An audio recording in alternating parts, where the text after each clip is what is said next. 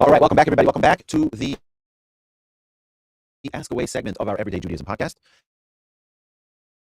Ask Away number 27. Wow, 27 episodes already dealing with questions that are so relevant to our everyday life as Jews. Any question that anyone has, those of you listening online, those of you who are watching online, please join us by asking your questions. You can send your questions to askaway@torchweb.org, askaway@torchweb.org. We look forward to addressing your questions, whatever they may be. Without any further ado, my dear friends, we are going to turn the floor to you. And Liana, please kick it off. Yes, I have a question going back to washing hands. I have a very large vessel, and I fill it up to the top in the morning. And what I do is I start at the wrist, go to the fingers, and then turn my hand as I'm going up and make sure and I pour on the bottom. Is that okay? It's okay if it's one flow of Yes. water. The halacha says, okay, for those of you who are just tuning in, we just finished an episode of the Everyday Judaism podcast about washing our hands before eating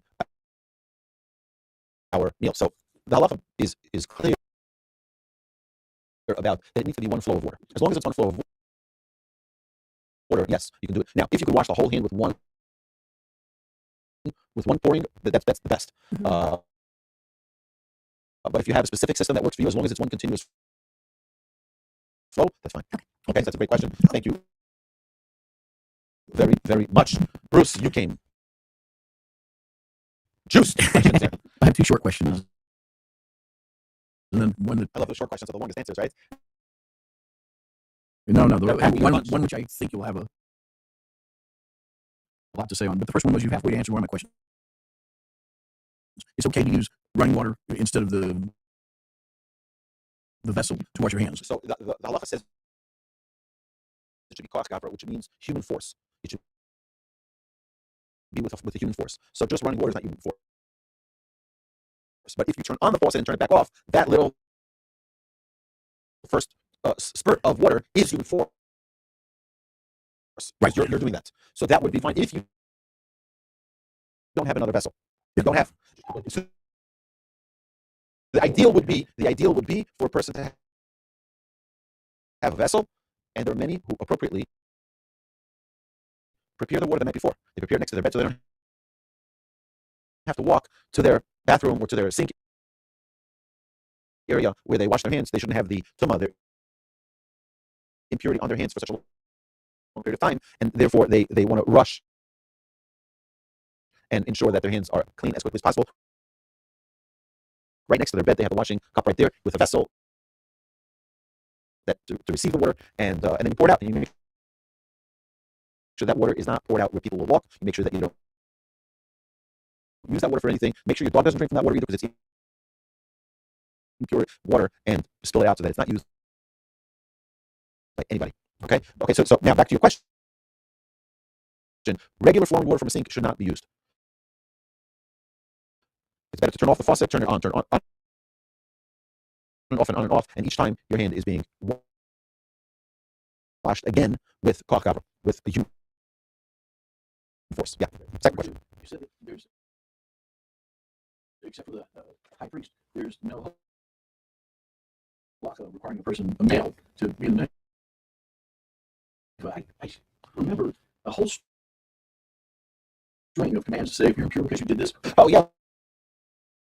Well, yeah. Okay. Yes. Right. So those are things that which were relevant in the time of the temple, in the service of the temple, when people had first is when there was ritual impurity. Number one. Number two is that when like for example, if someone became contaminated because he came into contact with the corpse, right?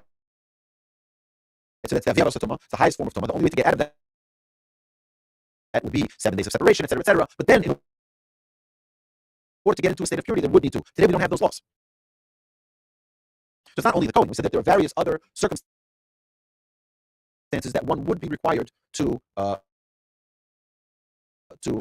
immerse themselves in a body of water of a kosher, biblically kosher mikvah. Okay. So if we ever have a temple again, we'll deal with it then. Yes, indeed. When we have a temple, God willing, it'll be rebuilt speedily in our days. We will have a temple, and then you'll have, for example, in order for someone to eat trumos, masros, it would be brought to the temple. Offerings, any of the korbanos, any of the offerings that were brought in the temple, a kohen who was impure could not eat from it unless he went to the mikvah, and the halacha talks about all the different categories of impurities. The Talmud talks about it in great detail. It would be delightful. They would have to go to the mikvah then, and then so all of that is part of the process of it. Yeah. So, but today in our generation, there is no biblical obligation for a man to go to the mikvah for any reason. For women, there is a very strong biblical reason for a woman to go to a mikvah. A woman, every time she menstruates, before she can resume marital relations with her husband, which is generally after 7 clean days. So it would be 12 days generally, not sooner.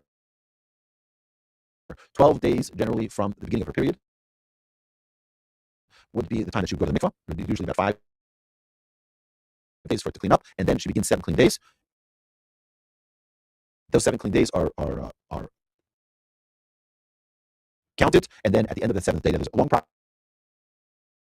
We're going to get to those laws later. This is the most amazing laws in Judaism, dealing with family purity, and one is encouraged,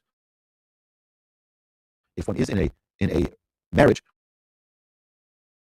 they should ensure that their wife does go to the mikvah before they are together, if she hasn't done so already. I want to share with you an amazing story.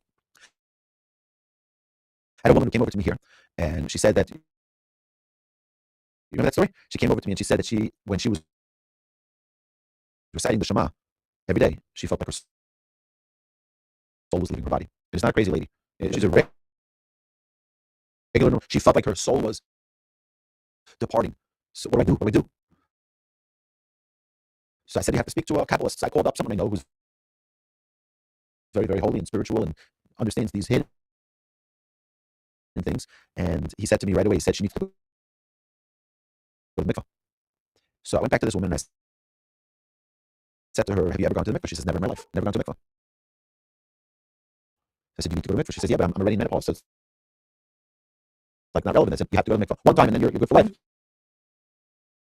indeed, she went to the mikvah and she never had it again. Right? There's a spiritual component to the physical body. They're all connected. They're very, very strongly connected. And this woman has grown in unbelievable ways subsequent to that in her Judaism. So it really is a special thing. It's an important thing. I know people who are not Shomer Shabbos, but they will never be with their husband without going to the mikvah prior. That's something that they're not willing to bring children to this world in a way of impurity. So it's very, very, very special. I recommend that people also keep Shabbos, but that's just an editor's note. Okay, yes. Here's the possibly complex one. I joined a forum, a platform, and it's a business platform, and it has people on it from all over the world. And supposedly a young man, supposedly from Gambia, contacts me and sends me one thing introducing himself. And the very next contact from him was, we're starving to death, and my brothers are starving to death. Can you in any way send us some money? Well, I'm a suspicious person to begin with a background in law, and I can pretty well smell a scam a mile away. And now I have the moral awakening through being in your class to know that we're supposed to judge everybody with a good eye, and that we're not supposed to ask a person who is asking us for tzedakah in order to qualify as reality. Yet I have no desire at all to give money to something that is obviously a scam to me. This might not even be a young man, nor may he even be from Gambia, as he says, nor any of the photos he sent to me, possibly any relation to him at all. Right. I need your input on this. How to respond, if to respond at all, or just to ghost him. Okay, so first is be wary of forums online, okay? Because you don't know who the people are, and there are many creeps like this on many forums that I highly recommend you not communicate with, ever. You never know what is going on behind that. In general, I'm not a fan of giving to any cause that I'm not familiar with. I don't think, I know people who've lost hundreds of thousands of dollars, their life savings on scams like this. Yeah. So I highly recommend that you don't give. There's plenty of good causes right here in our community. You don't need to give in Gambia. It says, the poor of your community come first. And if you know someone in your community who doesn't have food for Shabbos, give them. If you know someone in your community who doesn't have a job, give them. If you know someone in your community who is needy in any other way, they take precedence over Gambia, with all due respect to Gambia. I don't even know what that is. I assume it's in Africa. I have no idea. Yes, it's in Africa. But I just, what? It's not, that I know for sure. It's not sitting in Israel. But I say it's a big gamble giving to Gambia. I would give. Well, okay. Well, should I alert the forum? Yes. The fact that I have suspicions about this? 100%. I had a guy on one of our group chats that somehow infiltrated, and this guy infiltrated many chats. It was news articles about this guy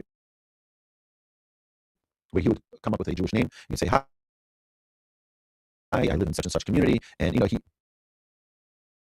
being on these chats, learned a lot of the lingo. And you say, I'm just $350 short on my rent. Would you be able to help me? And he started like this, going around people on different chats, and good-hearted, unsuspecting people. And he would say, I'm on this chat with you, right? Which would be like, wow, like this guy is like, he's on the tefillin chat, or he's on the, whatever chat.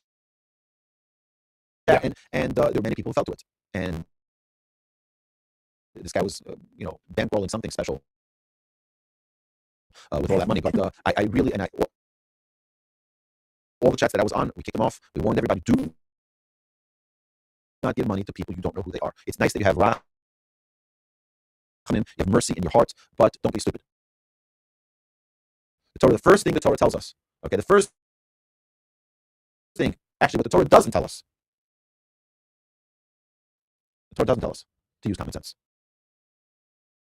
Okay, because that's obvious. Hashem gave you a gift called the brain, and we need to use common sense at all times, and not just, someone's told me a story. So what? Just someone told you a story. That doesn't mean anything. Additionally, just like when you see these people at the street corner saying that they need money for a funeral for the last 10 years, they need money for that same funeral, right? You've seen those people? They don't leave. They keep on having the same sign, trying to put your heart in, funeral. It's a dead person. They would never do that about a dead person, right? Yes, they would. Okay. So what I always say is, save your money for more important things. I would give them a granola bar. Right? You're welcome to take one from here. If you don't, take one from the torch center, bring it to them, give them something to eat, versus giving away your hard-earned money for a cause that you don't even know really is true. So use common sense, and do not be reckless with your finances. And it's a responsibility that Hashem gives us. Hashem says, I'm going to give you the money. I want you to do good things with it, and don't blow it on nonsense. Thank you. Great question. Thank you, Bruce. All right, David, pass the microphone, please. I have a question about the temple. So we know, it's been built twice in Jerusalem. Western Wall is still there and all. Is there a specific reason that the third temple would need to be built at that location? God wanted it built there. Is it something special about that area? or could it be built in Tel Aviv or anywhere else? That's an excellent question. Yes, it needs to be specifically there. If you remember when Jacob had a dream, he says, "Vayivka b'makom vayol Sham." He appeared at the place. What's that place? It says, because this is the gateway to heaven. It needs to be there. If you remember, in the temple, there was a pillar of smoke that would go all the way up to the heavens, unbroken. Even wind wouldn't sway it to different directions. It would go straight up. That is the gateway. That's why it's such an important place. The most sought after piece of real estate in the entire world. It's right there. Why? Because this Kizash. This is the gateway to heaven, and it's such an important, such a holy, such an unbelievable place. Really, an unbelievable place where everybody feels a connection to the Western Wall. That's by the way the remaining wall of not even the temple. Okay, so it's a replacement wall by I believe it was Herod that built that wall. But it is a resemblance of the wall that was originally there. Some say that that's the only part of the temple that actually is the original wall from King Solomon. Now, there was 390 or so years where the temple was in Shiloh, and the temple stood there for a very, very long time before it was brought to Jerusalem. I've been to that temple as well, and it is magnificent. It is absolutely magnificent. They're doing now a lot of archaeological work there to reimagine what was going on deep underground. They're doing unbelievable things. Anyone who gets a chance to go to Israel, I recommend you go to the Shiloh area. Try their wines as well while you're at it. Excellent wines. But also go see that whole area. They have a beautiful museum there, a very high-tech museum as well, where you can see videos of what was going on. They reimagine the service of the temple. If you remember the Talmud that we once learned together in our Thinking Talmudist podcast about Hannah, when she prayed, where she was speaking from her heart and crying out to God. And Eli Cohen said, she looks like she's a drunkard. Why? Because she was just talking with her lips, but nothing was being heard. So he thought she was drunk. She was speaking from her heart. That was over there at Shiloh. She was in the temple of Shiloh. And we know that her son that was born from that prayer was Shmuel, who it says that Shmuel was even greater than Moses and Aaron combined. Moshe Aaron b'chanav, Shmuel b'korei Shmo. Shmuel was parallel in holiness, in greatness to Moshe and Aaron combined. Really, really special. That's the holiness of what came out of Hannah's prayer. That was at Shiloh. But yes, so to answer your question, yes, the holiest place in the world is the Temple Mount. Because it is a temple, a place that was reserved only for the Kohanim, high priests. It's a place that most people are of the opinion that the Jewish people should not go up onto the Temple Mount. If you remember, by Yaakov took off his shoes. Take your shoes off from your feet, because this is a holy place. It's a very, very special place. There are many people who don't even touch the wall, because tradition says that this is already the place of the holy of the holiness of the temple is there still today. In actuality, the majority of people do touch the wall, and as you can see, the wall is a very, very powerful place. I want to share with you one amazing story that I'm reminded of. I haven't said the story in many, many years, so I'm going to tell you the story. Reb Shlomo Shvadron was the Maggid, was the tale teller of Jerusalem. He would say unbelievable stories. He was a very, very holy, righteous Jew who lived in Jerusalem. We have some of his books here, some of the stories here. Rabbi Pesach wrote many stories, many books called Around the Maggid's Table, or the Maggid's It Speaks, very, very famous books. And we have some of them here in our magnificent Torch library. But one amazing story is that he was once at the Western Wall, and these two thug-looking individuals come roaring in with a motorcycle. They park right by the Western Wall, get off the motorcycle with their leather jackets and all, and they take off their helmets. They come to the Western Wall, and he's standing right there seeing this in front of his eyes. And they give a kiss to the wall. They put a paper in the wall, get back on the motorcycle, and roar right off. And he's like, oh, what would I pay to see what they wrote on that paper? So obviously you don't take a look at other people's prayers, but a wind. He's an amazing thing. He says the story that an odd wind came, knocked the paper right off the wall, right to his feet. So he says this is a sign from God that I should look at their prayer. He opens up the paper, and these two guys, were actually soccer players on a soccer team, one of the Israeli league players.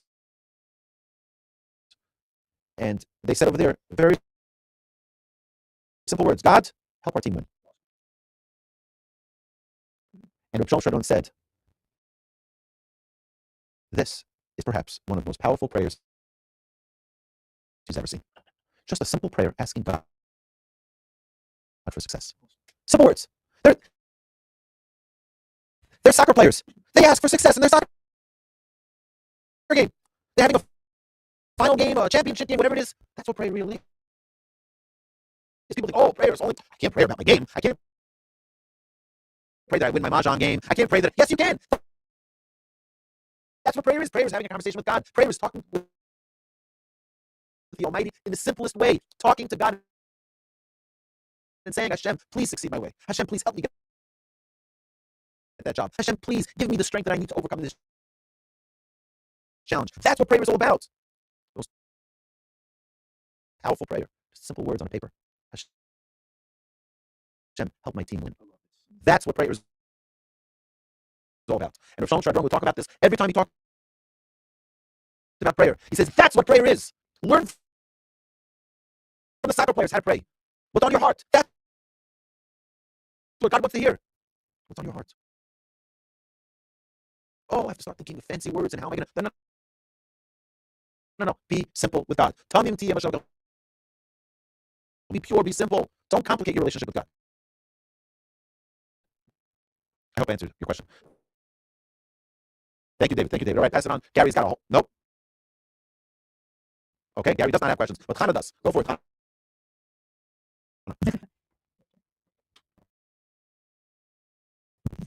So many. I'm going to try to keep it short. Soap. We don't talk about soap when we're washing hands. Does that come into play in what order? Soap? Yeah. So soap is not a requirement. In fact, actually, just by the way, today there's a very big uptick. Now, let me just give it FDA disclosure. I'm not giving any professional advice, no medical advice, nothing that I'm saying here has any standing. So please, my dear friends, take this just as a word from an ignorant person sharing something that he's heard. I have a very, very, very dear, very, very close friend of mine who is a dermatologist, a world-class dermatologist. I'm not going to say his name here publicly. Very, very special man, very special, very dear friend of mine. And he told me one of the worst things you can do for your body is soap. He said it takes away the organic, the authentic protection that your body has in the oils. It cleans away the oils that the body naturally produces. And he said the best thing is for you to just go into a shower. Do not use soap. No. Well, some of us think like that's crazy. I need my Dove soap for soft skin, right? And all of that. And here he says, knowing the effects that it has. Now, it's very interesting that many people today are suffering from eczema and suffering from skin diseases It might be. It could also be from the water. Today, a lot of the water. We have our water expert here. I'm gonna wake him up now. He's gonna say, "Yes, actually, I do have some questions." So because they put fluoride in water. They put all these other things in water that could be affecting your skin as well. The pH levels. Again, I'm not a professional in this, and I already gave my disclaimer earlier. But soap is not a halachic requirement. Ever. I don't recall ever seeing the laws of washing hands having anything to do with soap. It's just washing your hands. Probably the same thing. Probably the best thing for us is water. But again, we have to also understand that there's a whole world around us with so many different type of diseases and things like that, and maybe we do need more than water. I don't know. Again, that's just a word from a dermatological professional, like world-class dermatological professional. So I take his word very, very seriously. And many times, like, I would ask him, because I've gone to his office and I see all these creams, all these moisturizers, and I say, you think this would help? You think this is good? He's like, eh. Like, he's like, we think like this is like, I saw the article, I saw the advertisement on television. It's going to give me such soft skin, and it's going to make my body glow, and it's going to make my hair so this and my hair so that. We're putting chemicals on our body. I have no idea. Again, I'm not an alarmist, and I'm not here an anti-vaxxer, and I'm not an anti-anything. I'm just saying, do your own research. But the halacha does not, from a halachic standpoint, to answer your question, there's no requirement for soap at any time. Go for it. The order of prayers. So this happened this week. Before I got to say Modeh Ani and Hashem Neshama, I was challenged with saying the Asher Yatzar, but then I hadn't even washed my hands yet, and so I was like not awake, and I'm trying to figure out the order that I should proceed. That's an excellent question. Thank you. So here's the thing. First, when you wake up, okay, the halacha says not to jump out of bed right away. There are some people who call it lazying around in bed. The halacha says that you should take a few moments before jumping out of bed. Now, there's also it's not a coincidence, the halacha never ever makes mistakes. You'll never find it. It'll always match up with medical research. Okay, do you know the doctors tell you that if you jump out of bed, it's very dangerous for your heart rate. Very dangerous. You're not supposed to do that. You're supposed to take a few moments and rest. Oh my goodness, where did I see that? I saw that in halacha. The halacha says, in Jewish law, do not jump out of bed. Okay, so that way it gives you a moment to catch yourself before you start, like, I'm not even awake. Get awake, and then get out of bed. As soon as you wake up in the morning, you say Modeh Ani. As soon as you wake up, because you don't need to wash your hands for that, you don't say Hashem's name. Modeh Ani Elokai Neshama.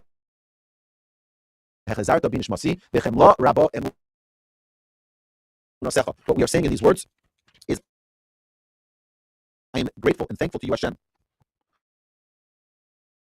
O living and eternal King, for you have returned my soul within me.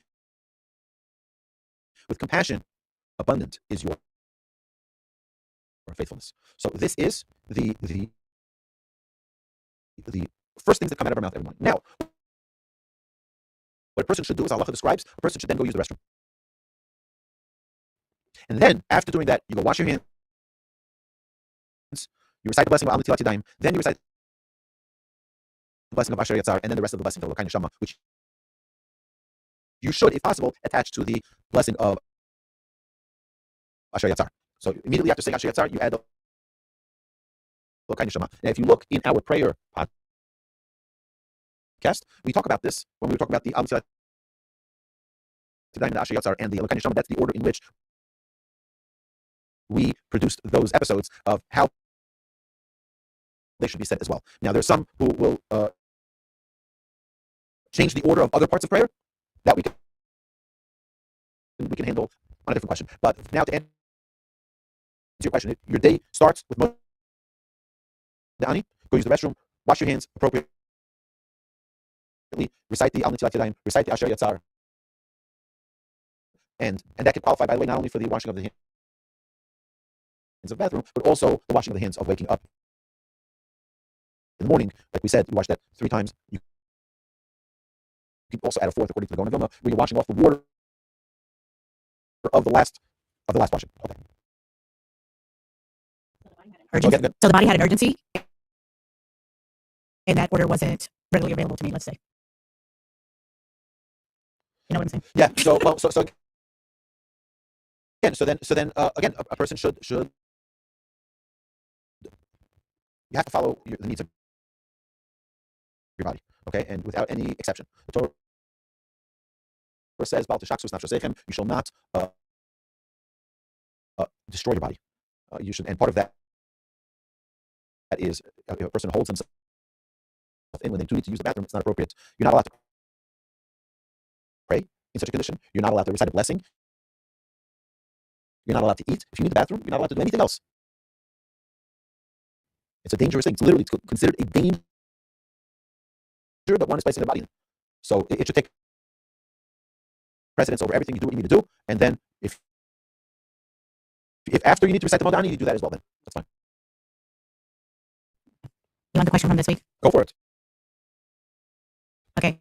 So, by the way, that was a question. Okay. Thank you. I hope I answered your question. I think it's the Elokai vote Yep. that says you should find for yourself a teacher. Mm-hmm. Okay. So, I'm not in a community, and I don't officially have a teacher. So, what comes first, the chicken or the egg? And how does one go about finding a teacher for themselves? Okay. So it's a great question. So here's the thing. I believe firmly that the first thing a person needs is to have a teacher. And the reason is because, it's like someone was once, someone once went. So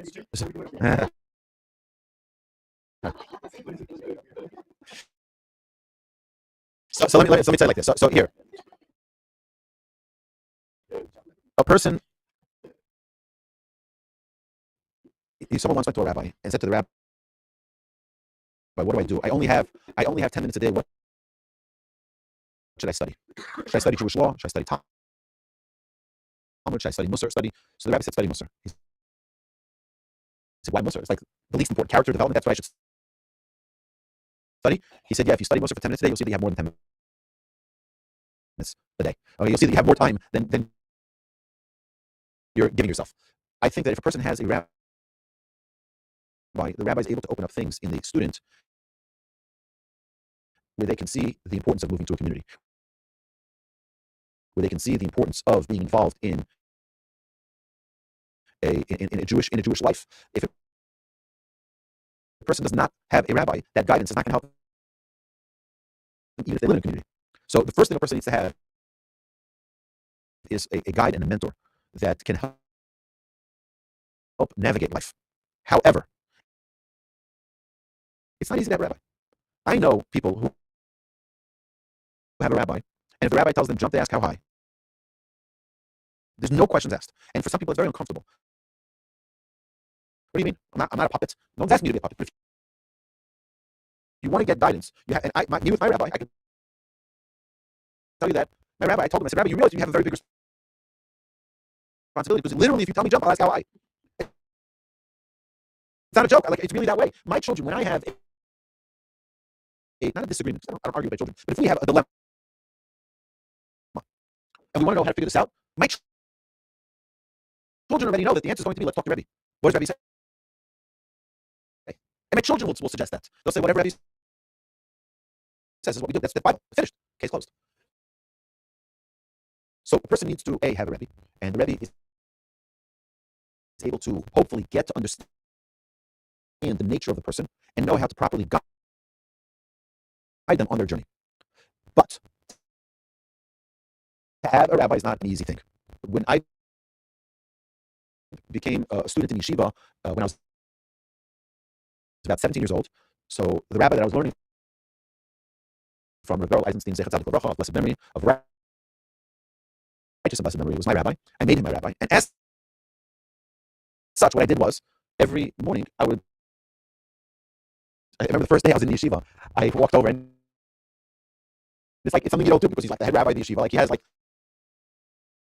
hundreds of students, and like I walked over to him very innocently and I said, "Can I learn with you?" And I didn't mean just like learn in your class. I want to learn with you one-on-one. And he said, "Sure. I don't have a study partner for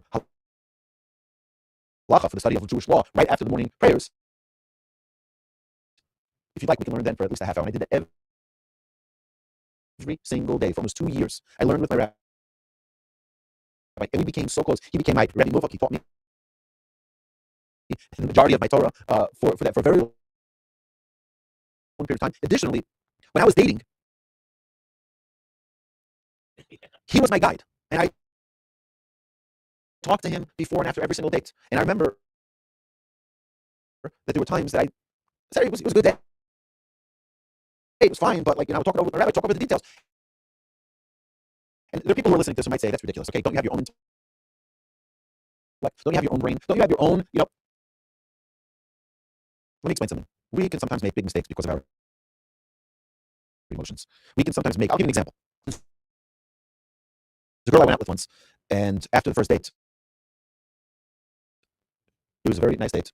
Nothing wrong with it. I remember calling my rabbi after, and he asked me the list of questions that he would ask me, interrogate me after the date. And even though he was 7,000 miles away, he was in Israel. I was in New York, 6,000 miles away. So he would ask me, and I said, "Okay, so we can say yes for another date." And I got a pretty good feel as to whether or not it was good or not, the date. I'm not living in a different planet. I was pretty conscious of what was going on. And for some surprising reason, the girl said no. I was shocked. Okay, she said no, move on, next girl. Okay. So we gone the next date. I go out with a different girl. It was 2 or 3 girls later. I get a phone call from a friend of mine. And he says to me, "I have your wife. I'm telling you, take the suggestion, take it to the bank. This is it." No, this friend. This friend. So he suggests the girl. And I'm like, "Is this a joke? This is the same girl that said no to me after the first date." So I said, "Do you know that she went out with me right before and that she said no to me after the first date?" He said, "Yeah, she kind of regrets it." I said, "So why did she say no?" Like, this is a very logical conversation, right? He said, "Well, she thought that you were going to say no, so to avoid getting a no, she said the no." It was like one of these whole, So I called exactly. So I called my rabbi, and my rabbi said, "What did we say then? You would go out with her again." So then you go out with her again. I said, "Yeah, but she's kind of loony, no? Like, didn't she say that she wasn't interested?" He said, "She's a woman. She's entitled to change her mind." Right? But you understand that this was an eye-opening experience for me to learn that just because intellectually this didn't make sense to me, emotionally this didn't make sense to me, but my rabbi was teaching me something here that was vitally important. Right? At that point, she said no because of whatever circumstance. We said yes in our decision that we would resume. And now she changed her mind. It's okay. I didn't end up marrying her. And I didn't either. After that second date, I knew I was not marrying her.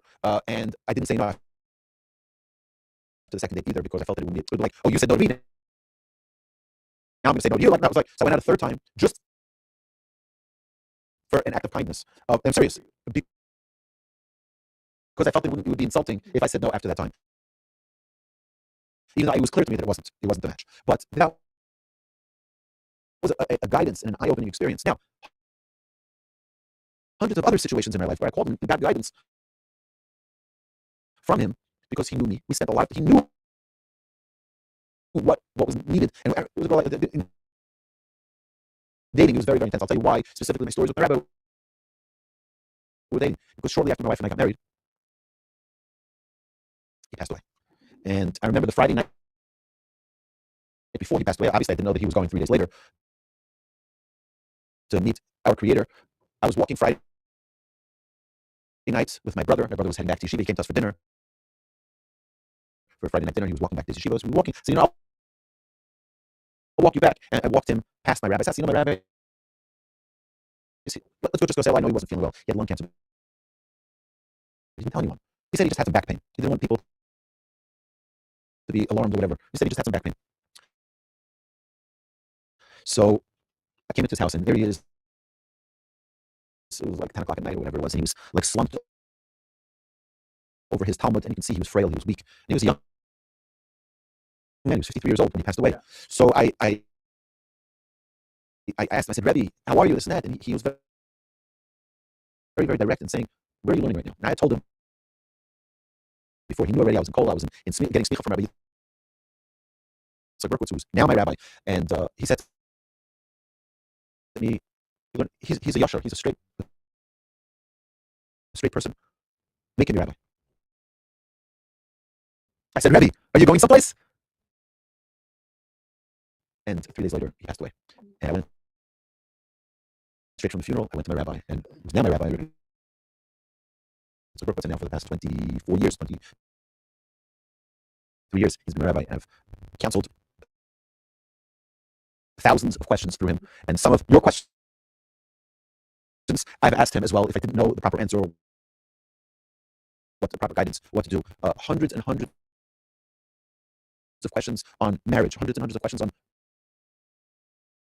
raising children. Aside from practical halachic questions, these are all things that I still, when I was in Israel now, reserved time to go meet with him in his office to talk to him and to just.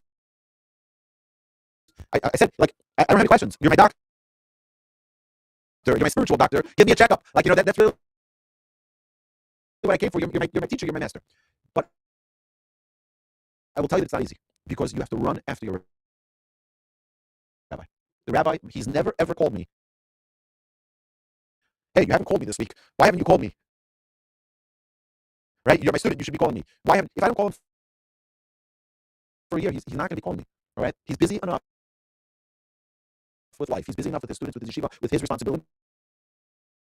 He's not going to be running after me. That's a mentality that people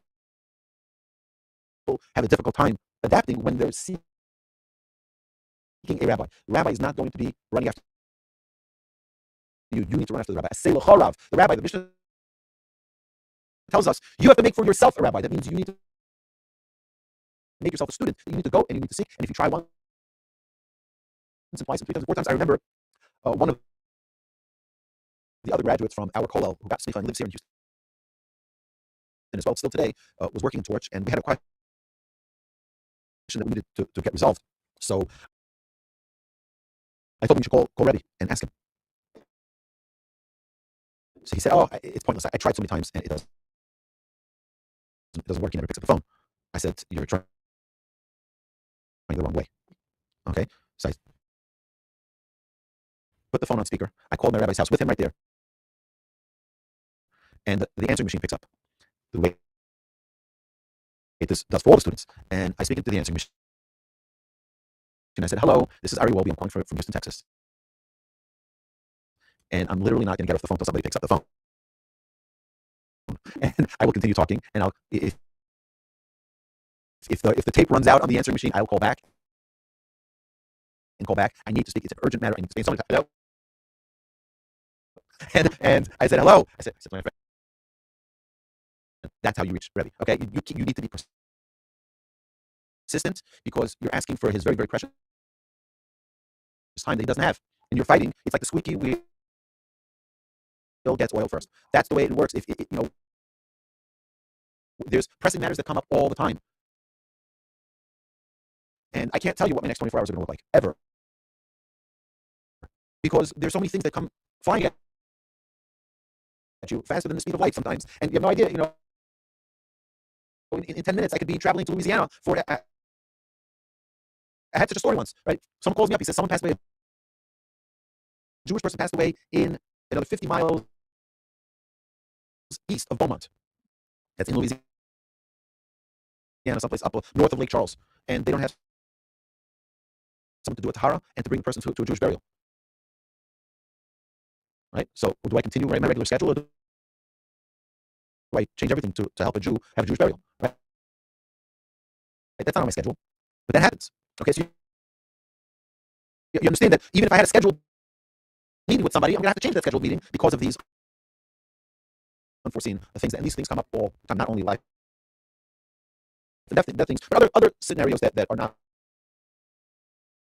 foreseen in advance. So my encouragement to you is that yes, pursue a rabbi, whoever that rabbi is, and make sure that rabbi is a noble person, someone who is wise, someone who can spend the time to learn what it is that who you are, so that they can give you proper guidance in life. And by the way, you don't need to have one rabbi in every area of life. You can have a rabbi in financing that can be Dave Ramsey. You can have a rabbi in a rabbi for education, a rabbi who you ask your questions in halacha. You can have a rabbi who gives you general guidance. You can have different rabbis guiding you in different things, but make sure that you are committed to learning from a rabbi at all times. And that's my encouragement. That rabbi will teach you the importance of moving to a Jewish community as well, and be part of a Jewish community, because there's no exchange for that. If a person is not in a Jewish community, we can try all day. It's not going to help us. You can't live on an island. You just can't. It is very difficult. Right. It is very, very difficult. All right. So I hope I answered your question. Yes. Okay. Any other questions? Marilyn? You're going to take a pass this week? Yeah, my Okay. question Mark, is- I think he's got something going here. I think today. Not right now. All right. Carlos. Carlos, wrap it up. Carlos always got it. He's always got the best. Go for it. Rabbi Yaakov Avinu told Lavan, whoever you find the idols with shall die. So there's one of the Mefarshim that doesn't agree with Rashi. I forgot who it was. I don't know if the rabbi remembers, but he said the condition was for him to find. Correct. So he says that's not the reason why our mother Rachel died.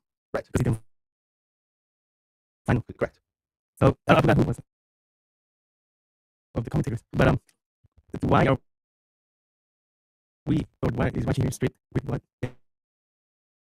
Yaakov Avinu said? And later on, when it says whoever has the silver cup, he shall die, and we're going to become slaves. How can we strict there but not here? Okay. So first is so the story that's told in the Torah of Yaakov, of Rachel. She took the goblet. Let's call it. Okay, the goblet from her father Lot's house. She hid it, and she hid it in the pillow that she was sitting on. And then later on, we also see that Benjamin had the goblet of Joseph. According to some sages, that is the same goblet that Rachel took, that Yosef put into Benjamin's bag. Okay, that means the story later continues with that same goblet, and that is the same goblet, according to many, that the Hanukkah oil was found in. Okay, so they're all linked, and there's something very, very special about this, and something very, very significant. But I don't want to get into the details of that. But in one case, it was found. In one case, it was not found. Okay, so when it wasn't found, it doesn't apply. That curse, or that promise that whoever it's found in will die. Right? It wasn't found. It wasn't hers, but it wasn't found. So there's a very, very technical thing here that you can't. It doesn't apply to something that doesn't exist. It wasn't found by Rachel. When she died a little bit later on, it was not because of that. Okay? Is that clear? No. No. Kind of. Yeah. It is clear? By Binyamin, it was found. It was found in his bag, but again, it wasn't stolen. So it was a ploy. It was a very interesting thing. We see Yaakov. I was noticing this yesterday during the Torah reading. We see that Yaakov, he says to the sons, "Why did you tell him that you have another brother?" Right? He reprimands the 10 brothers. Why did you tell him you have another one? Don't we know that Yaakov is the pinnacle of truth? Right? So why is Yaakov trying to trick Joseph by not including information? So it's a very, very important principle. Plausible deniability, right? What's plausible deniability? Rebecca helped with that too. What that? Rebecca helped with that too.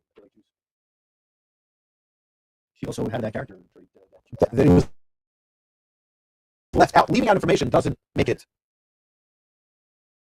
information. You understand what I'm saying?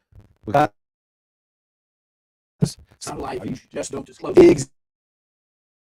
Exactly. If you don't disclose it, it's not a lie. It's omission, right? I don't need to share all the information. I probably will never be able to share all the information because it's so much information. I can't share information that. What? Right. So Yaakov was saying, why did you need to include that piece of information? Now, there's another piece to this. Is that Yosef knew that there was a brother. Yeah. It's his brother. It's his biological brother from his mother Rachel. So he didn't know that this brother existed, which is another piece. That which was a miracle, had they not mentioned that brother, they probably would have all been killed. Right? This whole story of Yosef is just the most remarkable story. I've said this many times. My favorite part of the Torah. It's amazing. Of course, every piece of Torah is the most amazing. But Yosef, one second. Yosef, that story is just absolutely remarkable. And the more you learn from the Midrash on all the backstory we have over here, the magnificent commentaries on the Torah, which is just like is mind-boggling. The depths of detail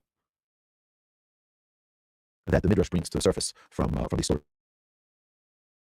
Right? Did I answer your question? Okay, any other question? No. Oh, right. You got a comment? You want to? Please clarify. Joseph did not ask him. He accused them of being spies, and he said, "No, we are all sons of one man, and we've got another brother, and one is no more." But he didn't actually ask him, "Tell me about your family." Right, but it was disclosed, and that's what Yaakov asked. Why do you need to disclose that? He's like, why do you need to offer information? It's interrogated. Don't offer information. Yeah, but it's like I'm saying, this is not the first car I stole. Why? Why are you going to say that? It's like, because when you're in the presence of someone who has life and death over you and everyone else, the last thing you want to do is guess whether or not he already knows. Right. 100%. It was from God that he said that.